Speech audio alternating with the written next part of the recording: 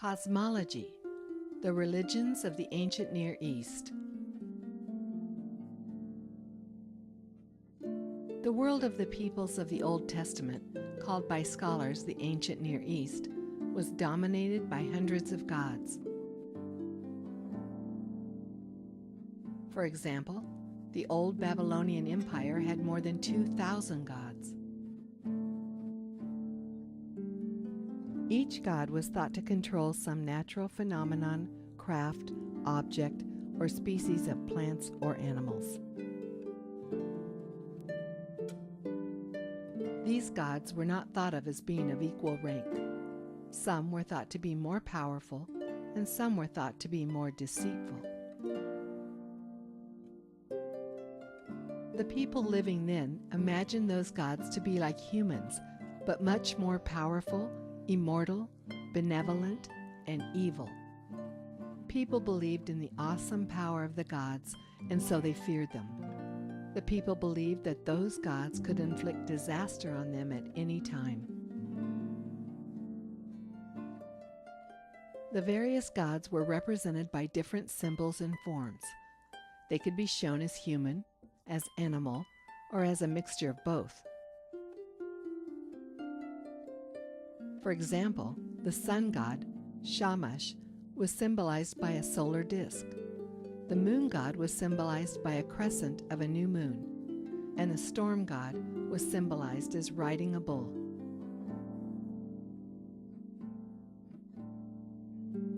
The protector god of Babylon, named Marduk, was pictured as a human, but he was also pictured as a fierce mythical creature.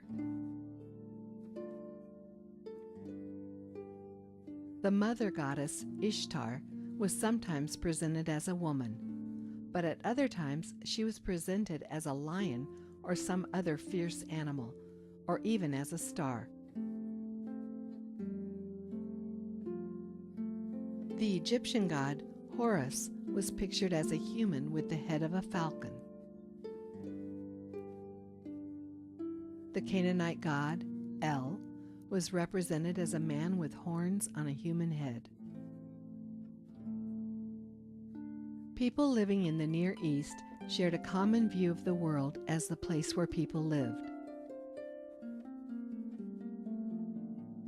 People developed various ideas and beliefs about human life and shared those beliefs with neighboring groups.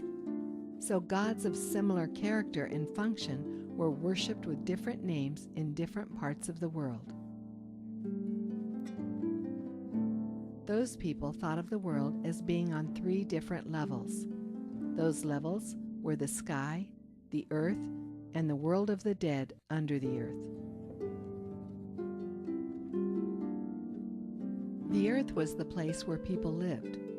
They thought that the earth had emerged from the waters by an act of the Creator God. The earth was thought to be a mound or disk in the waters, and it was thought to be protected from the waters above it. The sky or heaven was where the gods lived. Those gods were believed to live above the sky with the stars, the moon, and the sun. The many stars in the sky were seen not just as simple lights, but as reflections of the gods up there. The world of those who had died was sometimes called the netherworld. Special gods who ruled that world lived there. The divine power associated with the sun was responsible for upholding the world there. It was also responsible then for keeping order and upholding justice. Those people believed that the sun entered the netherworld in the west at sunset. Then, during the night, it passed through that lowest level. They believed that in the morning, the sun god left the world of the dead and resumed his journey through the sky during the daytime. In Egypt, the sun was pictured as traveling by boat. Its nighttime journey through the netherworld was full of obstacles and dangerous. Each morning, the rising of the sun was seen as a victory of the power of light over the powers of darkness and death. The ancient Egyptians believed that when the pharaoh died, he entered the netherworld where he joined the sun god. Then the pharaoh overcame death and took his place among the eternal shining gods. However, this could only happen if his body was kept intact. So for this purpose, an Egyptian king would construct a pyramid. This was meant to serve as the house for his body after he died.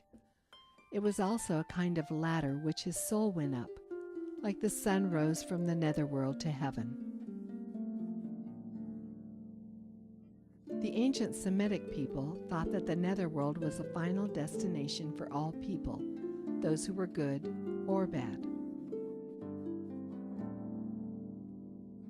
A similar belief in ancient Israel is reflected in the many Old Testament passages where that final resting place was called Sheol. Sheol was thought to be a dark and uncomfortable place under the earth where the dead slept. The sun god saw from his daytime position up in the sky what the people did on earth. Then, in the sun god's nightly journeys through the netherworld, he sat in council with deceased ancestors and reported what he had seen. This council decided on appropriate punishment for the wicked. The sun god used the internal organs of sheep and goats, in particular the liver, to communicate what decisions were made to correct and punish the wicked. All over the ancient Near East, the examination of the liver of a sacrificial animal was the prime method to find out what was hidden in the future. The people in many cultures also worshipped a moon god. They observed how the moon grew from new to full. The moon was to them a symbol of life, growth, and fertility. People believed that the moon god knew the secret of the renewal of life. They also believed that when the moon disappeared for 3 nights each month, it stayed in the netherworld. The appearance of the new moon was a special moment that was celebrated as a festival when people sacrificed to their ancestors and to the moon god.